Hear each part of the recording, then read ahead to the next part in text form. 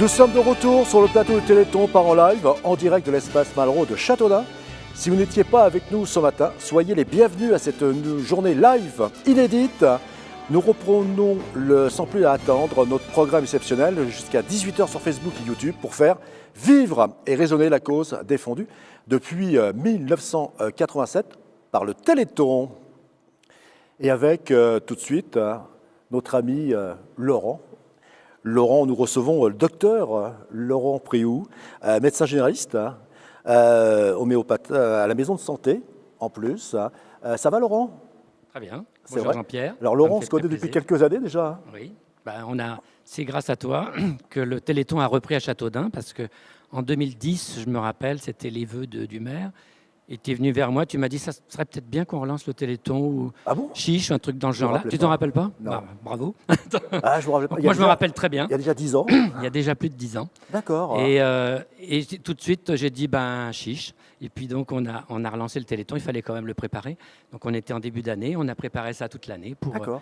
Je crois qu'on a commencé en 2010 ou 2011. Voilà. Donc, ça fait 10 ans déjà. C'est terrible la mémoire quand même. Mais le Téléthon avait bien démarré il y a longtemps. Et c'était à l'époque Pascal Michelet, qui est notre président, qui est revenu. Et dès que tu m'as parlé de relancer le Téléthon, j'ai tout de suite pensé à Pascal et j'ai été le voir. Et puis tout de suite, il a dit oui. Donc c'est pour ça que c'était un beau challenge. Voilà, un beau challenge. Pascal Michelet qui est derrière avec avec tous les techniciens, parce que bon, aujourd'hui on est sur un plateau, on est dans notre salon, comme si on était à la maison, mais derrière il faut penser qu'il y a tous les techniciens qui sont là, et Pascal, je crois l'apercevoir tout au fond là-bas, Pascal qui est coordinateur du Téléthon dunois de Châteaudun. Geneviève, donc on reçoit également Geneviève Massia, sophrologue ici à Châteaudun. Donc déjà, merci d'être parmi nous. Comment vous allez Geneviève? Merci de m'accueillir, je vais bien, merci. Mettez le micro très près. Je vais bien, merci. Je suis ravie de rejoindre votre équipe. Voilà, de venir participer. Alors, on parlera, parce que c'est vrai, vous aviez des projets Téléthon, mais ça sera après. Vous deviez faire des séances pour venir ramener un petit peu d'argent qu'on amène un petit peu. Il y a beaucoup en fait en finale. C'était le projet au départ, oui, en voilà. effet. Mais c'est un projet qui va après forcément aboutir. Confinement, déconfinement, on verra ça après. Oui. D'accord? Probablement, oui. Merci d'être là. Merci aussi Laurent. Laurent, première question. Déjà de venir parler ici du Téléthon. Alors en fait, on se tutoie. Tu as déjà une carrière de médecin et tu as surtout participé au Téléthon. Ça te rappelle forcément des bons souvenirs de venir de nous retrouver ici sur ce Téléthon 2020. Je suis même assez ému de reprendre là. Puis surtout aujourd'hui, c'est une période très particulière pour nous, médecins ou soignants en général, même pour Geneviève. Donc c'est difficile. Donc c'est vrai que le Téléthon aujourd'hui, sans le public, sans les gens qui viennent, nous d'habitude on faisait ça sur la place du 18 octobre et puis au théâtre municipal avec des spectacles, tout ça. Donc on avait relancé ça comme ça. Là, aujourd'hui, c'est grâce à toi et à Facebook et les réseaux sociaux. Donc, c'est autre chose. Mais je pense qu'il faut penser que l'année prochaine, j'espère, ou dans 2 ans, on pourra refaire un Téléthon plus convivial et plus festif avec tout le monde. Voilà. À l'extérieur. À l'extérieur. Malgré le temps, parce que le Téléthon, ça tombe toujours au mois de décembre. Voilà, c'est comme ça. Ça tomberait l'été, question ne se poserait pas. Tout à l'heure, avec Pascal, on discutait du Téléthon depuis qu'il fait le Téléthon à Châteaudun. Donc, ça fait quand même plus de 25 ans, plus de 30 ans. Il a connu tous les temps ici. Il a connu le gel, le beau temps. Enfin, tout est relatif, en mois de décembre. Il a connu la neige aussi également. Et je crois que quand on était sur le Téléthon, on a connu, nous, la pluie. Surtout la pluie, oui. Près du théâtre, je me souviens, nos barnums étaient à moitié inondés. C'était tout un cirque les premières années. Après, on a réussi à avoir quelques salles pour mettre les associations. On avait réussi à avoir une trentaine d'associations qui étaient venues et qui sont toujours partie prenante du Téléthon. Et donc, ça a été une belle chaîne de solidarité avec toutes ces associations. Et donc, même si le temps n'y était pas, on avait chaud au cœur d'être là. Geneviève,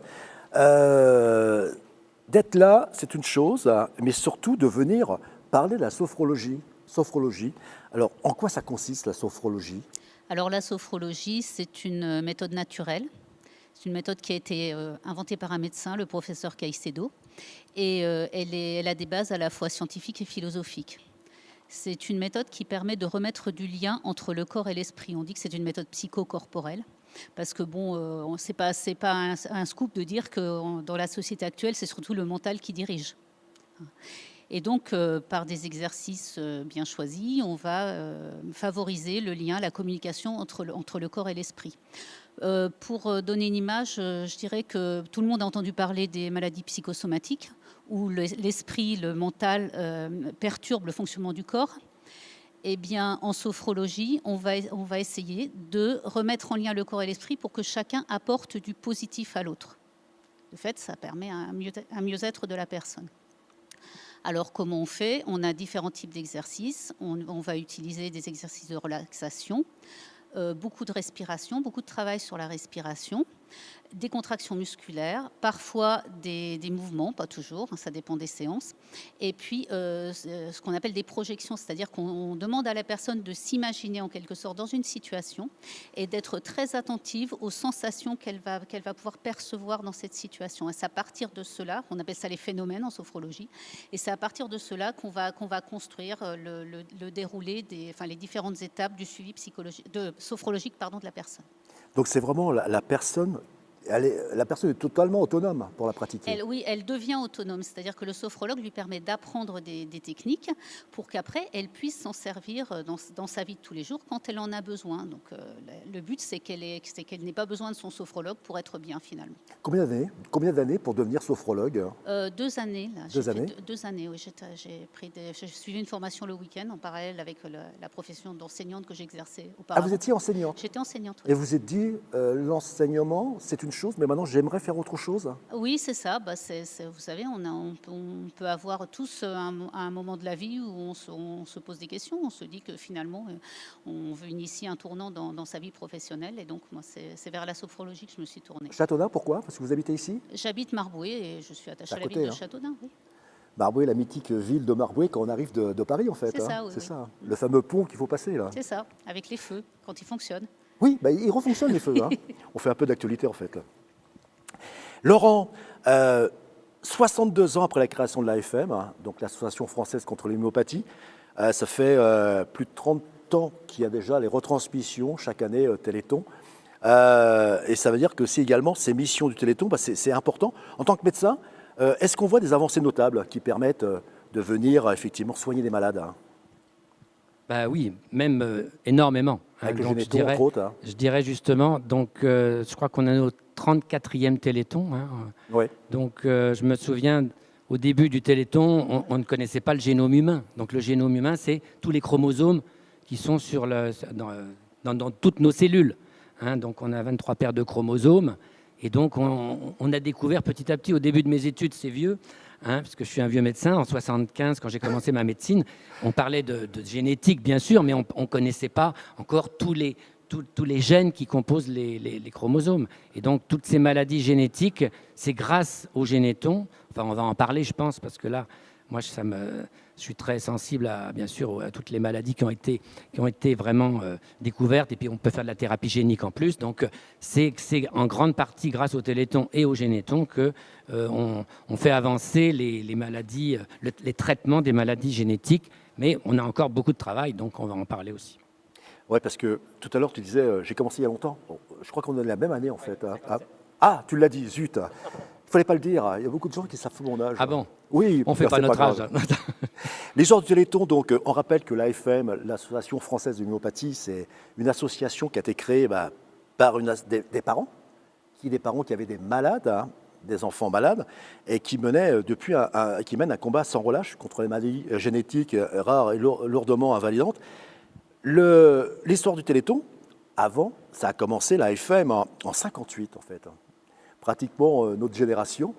Le combat pour exister avec Yolande de Kepper, qui avait créé l'association française pour la myopathie.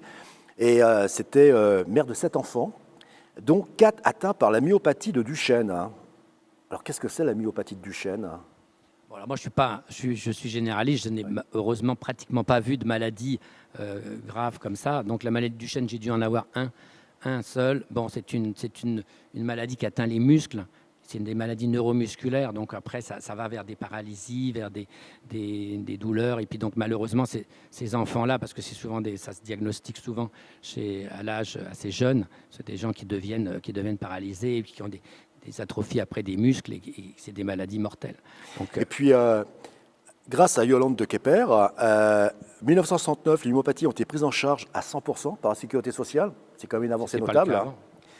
1972, les premiers fauteuils roulants aussi également, qui ont été pris en charge. En 1977 exactement, l'AFM a été reconnue d'utilité publique. Hein. Et puis, il y a eu la création de Généton. Et je sais que ça, tu connais le sujet, tu as été le visiter, me semble-t-il. 1990, 2000, c'est le combat pour le guérir, avec l'AFM qui crée le Généton. Généton, c'est un laboratoire pionnier de la génétique et la thérapie génique pour les maladies rares. Donc, en fait, dedans, il y a l'argent qui arrive, il y a des chercheurs, et puis il y a toute cette recherche sur ces maladies. Alors, ce qui est formidable, quand on a été le visiter, nous, on a eu la chance avec un petit groupe qui s'occupe du Téléthon à Châteaudun. On est allé visiter ça, je crois, en 2010 à peu près, 2011, donc il y a presque 10 ans. Et donc, moi, j'ai été épaté c'est un grand laboratoire de recherche, hein, et donc c'est une association à but non lucratif, c'est quand même rare, qui fabrique après des médicaments, enfin du thérapie génique, et donc à but non lucratif. Donc c'est important. Ça veut dire que c'est l'argent des bénévoles, enfin plutôt tous les gens qui donnent pour le Téléthon, qui sert à faire fonctionner le Généton. Il y a plein de chercheurs qu'on a rencontrés. C'était très, très bien. On a vu la présidente Laurence qui était là. On a vu beaucoup de gens. On a pu discuter avec eux. Et moi, j'avoue que j'ai été bluffé par ce travail, cette simplicité. Ils adorent recevoir des gens qui participent au Téléthon. Donc, moi, j'ai vraiment été intéressé. Et c'était du concret. Maintenant, on peut parler du Généton. On sait ce que c'est. C'est pour ça, je crois que les gens qui disent ça fait longtemps qu'on fait le Téléthon. Est-ce que c'est toujours utile? C'est encore plus utile parce que quand on voit, j'ai repotassé ça juste là, il y a 207 maladies neuromusculaires à peu près qui sont référencées. D'ailleurs dans le site du Téléthon. Donc je les ai à peu près comptées, 207. Et en gros, on peut faire de la recherche sur entre 4, 5 ou 8 maximum maladies génétiques par an dans le Généton. Donc on voit qu'il y en a pour des dizaines d'années à trouver les traitements et à progresser. Donc c'est pour ça que le Téléthon, il faut le continuer et que c'est important d'être toujours actif, même si on n'a pas de public aujourd'hui. Et les gens nous regardent. Voilà, ils nous regardent en fait, on est en direct. Geneviève, vous avez déjà été confrontée à recevoir des malades en sophrologie? Des malades de ce type de maladie? Non, pas encore. Pas encore. Non. Mais je pense que vous recevez peut-être d'autres personnes qui ont des pathologies. Des pathologies, oui. Ça se passe comment? Pareil, ils retrouvent un bien-être avec la sophrologie? Alors, la sophrologie, bien sûr, ça ne remplace pas une consultation médicale. Hein, ça, il faut le dire, hein, de toute façon, parce que quelqu'un qui va venir me voir et qui me dit, voilà, j'ai telle douleur, j'ai mal là, je vais d'abord l'inviter à aller consulter son médecin. En lui expliquant que moi, je pourrais faire le suivi seulement quand on aura un diagnostic médical.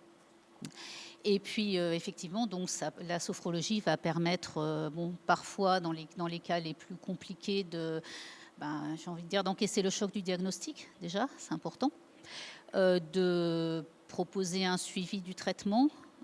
Ça peut être, par exemple, pour préparer quand il y a des traitements qui sont parfois invasifs ou qui sont parfois difficiles, ou préparer aux interventions chirurgicales, préparer au suivi de tout ça.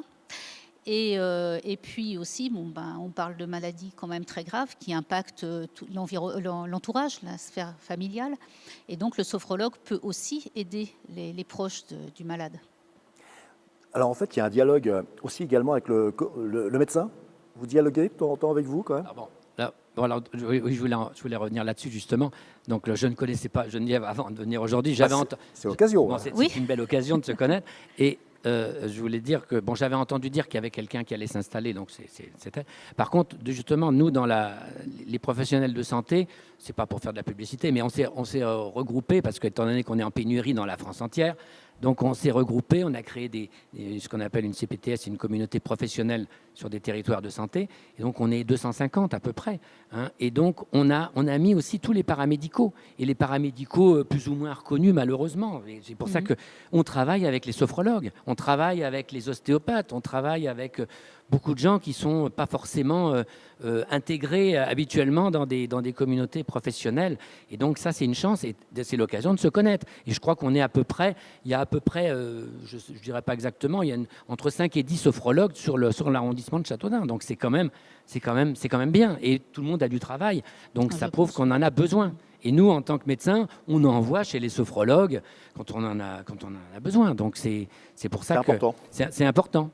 Et donc il n'y a pas que la sophrologie, bien sûr, mais il y a, moi j'envoie aussi même faire du yoga ou faire d'autres techniques ou de l'hypnose. Ça c'est aussi des techniques qui sont toutes des thérapies assez naturelles, mais qui sont utiles pour les patients suivant les pathologies. Donc c'est important. Oui. Geneviève, quand faire la sophrologie? Alors, qui peut faire de la sophrologie? Tout le monde. Tout le monde. Il n'y a pas de limite d'âge.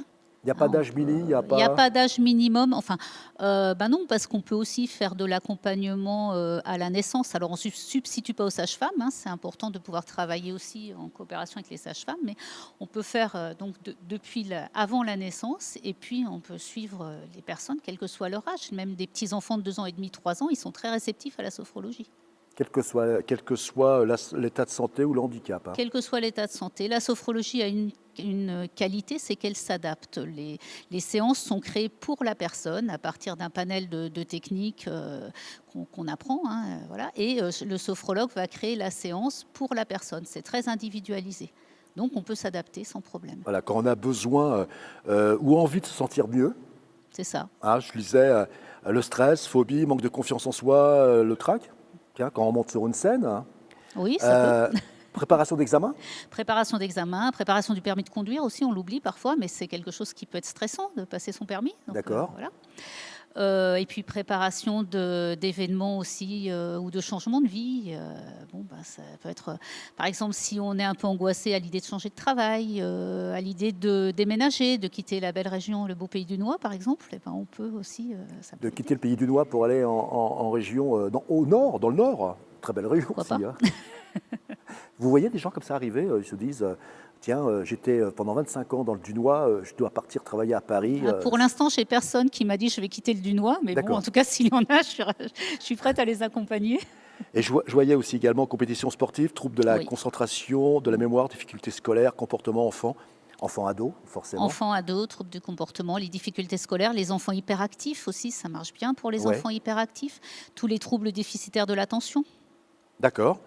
Troubles du sommeil? Troubles du sommeil également, oui. Et troubles du comportement alimentaire? Aussi, oui, aussi bien que ce soit de l'anorexie ou la gestion du poids, ce qu'on appelle la gestion du poids en général. Oui. D'accord. L'addiction? Les addictions. Mais bon, pour les addictions, la sophrologie, c'est pas magique. Ça marchera si la personne a un minimum de volonté et puis en accord avec un suivi médical. C'est ça, oui. Suivi médical, puis il faut de la volonté aussi également. Oui. Et pour revenir un petit peu sur l'histoire du Téléthon, donc ça fait quand même pas mal d'années. On parlait tout à l'heure donc du Généthon 1990. Les premières cartes du génome humain 92-96, c'est énorme. Il y a eu après en 96 la création de l'Institut de myologie, le pôle d'excellence sur la recherche, au sein de l'hôpital Pitié-Salpêtrière à Paris.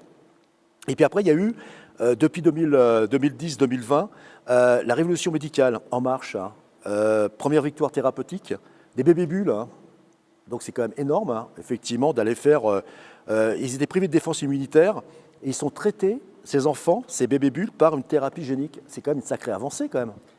Oui, c'est vrai que la thérapie génique, je me souviens, je vais en formation tous les ans, enfin j'allais là, avec le Covid, je ne suis pas allé cette année à Tours. Et donc il y a une dizaine d'années, on nous a dit, tiens, on va commencer à faire de la recherche. Ils ont commencé à faire de la recherche sur des maladies cardiaques. On a pris l'exemple d'une maladie génétique familiale où tous les hommes mouraient, avaient un infarctus à 30-40 ans. Donc ça arrive, des infarctus jeunes. Et donc il y a un gène qui est absent ou qui est perturbé chez ces gens-là. Et donc on nous a dit, on est en train de trouver la protéine qui va permettre de refaire le gène normal. Et donc au bout de 5 ans, c'était fait. Donc c'est-à-dire que cet exemple-là, c'est pas une maladie neuromusculaire comme ils sont soignés au Téléthon, mais c'est révolutionnaire. Quand on nous a parlé de ça il y a 10 ans, j'y croyais à peine. Je me disais, on fait une piqûre à une personne, une fois, et elle n'aura pas la maladie, elle ne va pas mourir comme son père ou son grand-père d'infarctus. Donc ça a été une révolution, la thérapie génique. Et je me rappelle un des professeurs à Tours qui nous disait peut-être que dans 20 ans, il n'y aura plus de médicaments. Il n'y aura que des piqûres pour essayer de ne pas avoir la maladie. Bon, on n'en est pas là encore, mais je crois qu'il y a beaucoup d'espoir pour les maladies aussi neuromusculaires. Et puis, bon, même s'il y en a beaucoup qui sont des maladies rares où c'est très compliqué, mais ça vaut le coup, même si c'est quelques dizaines ou quelques centaines de malades. J'entendais hier, justement, c'était dans la voiture sur France Inter, une professeure qui parlait du Téléthon, bien sûr, et qui disait, mais là, j'ai trouvé sur une maladie qui s'appelle neuromusculaire tubulaire, c'est une maladie très rare, il y a quelques cas, et elle disait, j'ai trouvé une protéine, et déjà, les patients qui étaient complètement paralysés, qui ne pouvaient pas se mettre debout, et maintenant, je vois des enfants qui se mettent debout, mais elle disait, j'en avais les larmes aux yeux, tellement c'est beau de se dire que grâce à la recherche, grâce au généton, grâce à la thérapie génique, il y a des progrès très incroyable. rapides. Donc c'est formidable. C'est incroyable parce que là, il y a aussi, alors je vais peut-être me tromper un peu, hein, 2009, nouvelle avancée de la thérapie génique pour une grave maladie génétique du cerveau, l'adrénoleucodystrophie. Alors ça, j'en ai jamais vu. Hein, donc, voilà. Mais c'est quand même énorme, ces avancées de technologie. Mais bon, il y a des maladies, c'est pratiquement toute la recherche, ils ont misé sur les maladies les plus invalidantes, bien sûr, mais elles sont presque toutes dans les 207 maladies neuromusculaires. Hein, quand on a un enfant qui naît avec cette maladie-là, on n'a qu'un espoir, c'est de se dire pourvu qu'on trouve un traitement rapidement. Donc on dit aux familles, ça va être rapide, mais ça va être rapide, hein, c'est qu'il faut au moins 10 ans, hein, même pour faire un vaccin normalement. Hein, donc vous voyez ce que je veux dire. Donc, voilà, c'est énorme quand même, hein, c'est vrai. Hein. Geneviève, vous en pensez quoi de tout ça ? C'est énorme quand même, cette avancée. C'est un formidable espoir et voilà, donc Donc il faut continuons. que les gens se poussent à faire Continuons, des dons. mobilisons-nous, oui, oui, oui. Important, hein. Très important. Et concernant donc la sophrologie, comment se passent les séances de sophrologie ? Alors une séance de sophrologie se déroule en 3 temps. Il y a un premier temps de dialogue entre la personne qui vient consulter. On ne parle pas de patient parce qu'on n'est pas médecin, hein, chacun son domaine. Donc entre la personne et le sophrologue, un peu comme chez le médecin où la personne explique ce dont elle a besoin, pourquoi elle est là. Et c'est pendant ce temps-là, le sophrologue va élaborer dans sa tête, en l'écoutant, le protocole, les exercices qu'il va utiliser. Donc là aussi, c'est du live. Hein. Et puis ensuite, donc un temps où la personne va réaliser les exercices dont on parlait tout à l'heure, guidé uniquement par la voix du sophrologue. Il n'y a pas de manipulation, il n'y a pas de contact physique, c'est uniquement par la voix. Et ce que je voulais préciser aussi, c'est que, parce qu'on m'a déjà posé la question, ce n'est pas de l'hypnose. On n'est pas, donc la personne reste toujours consciente et aux manettes de ce qui lui arrive en fait. Hein, d'accord. Voilà. C'est important de le dire. Et puis un troisième temps où on invite la personne à exprimer ce qu'elle a ressenti pendant la séance, si elle le veut. Ce n'est pas obligatoire, mais si elle le fait, ça permet de mieux cibler la séance suivante. Comment on fait pour vous trouver à Châteaudun ? Alors, moi, je suis 57 rue de Varise, donc on peut regarder dans les pages jaunes, parce que j'y suis. Oui, je vous confirme. Oui. Et puis sinon, sur rendez-vous, je reçois uniquement sur rendez-vous, puisque je suis en cabinet partagé, donc je ne suis pas là toute la semaine. Donc on peut m'envoyer un mail également, et puis je serai ravie de répondre aux questions des personnes. D'accord. Donc page jaune, sophrologue, Geneviève Massia. Oui, c'est ça. Et on vous trouve facilement. Oui, sur Internet, oui. Super. Merci. Laurent, une dernière question avant de se quitter. Le regard du médecin, qu'est-ce que tu auras envie de dire pour un appel au don ? Ce que j'ai envie de faire pour un appel au don, on l'a déjà un peu dit, mais ce qui est évident, c'est que cette thérapie génique, elle demande du temps, ça va vite, mais elle demande aussi malheureusement, elle demande de l'argent, donc beaucoup d'argent. Donc si on veut être plus rapide encore, il faut donner encore plus. Donc chaque année, quand je regarde, ça a progressé énormément, les dons, et les gens sont généreux. Je voudrais prendre un autre exemple aussi. Il y a eu la collecte de la Banque alimentaire il y a une semaine ou deux, et donc on s'est aperçu que sur Châteaudun, les gens avaient donné 1 tonne de plus que l'année dernière. Donc je me dis, sur toute la France, les gens ont été généreux. Donc dans une période difficile, avec ce Covid qui nous plombe là, donc je veux dire, je trouve que les gens, au contraire, j'ai l'impression qu'il y a plus de solidarité encore, j'espère. que ça va continuer. Donc je me dis, le Téléthon, c'est une des plus grosses associations de recherche dans le monde entier, même on pourrait dire. Donc c'est pour ça qu'il faut que ça soit encore plus que l'année dernière. On espère. Je crois que l'année dernière, c'était 70 millions à peu près d'euros, je crois. Donc si on peut faire un peu plus, ça serait formidable. Super. Merci Laurent, vous restez avec moi. Merci Laurent. Donc, merci Jean-Pierre. À bientôt. Quand tu veux revenir... Je crois que tu déménages bientôt alors. Oui, c'est vrai. Quand tu veux revenir dans le comité Téléthon, on ne sait jamais. Hein, ta place. Merci. Au revoir. Merci aussi également Geneviève. Merci à vous. Vous restez avec moi. Merci Geneviève aussi également. Donc on rappelle 57 rue de Varise à Châteaudun. On vous trouve dans les pages jaunes, contact téléphonique, le mail et puis voilà. Tout à fait. Avec plaisir. Merci à vous. Et puis, vous savez, le Téléthon, c'est également des interviews, des rencontres, mais c'est également de la musique. Là, on a Philippe et Loïc, un duo. Ils sont là, juste à côté. Ils vont venir vous interpréter tout de suite « Frères du Port ».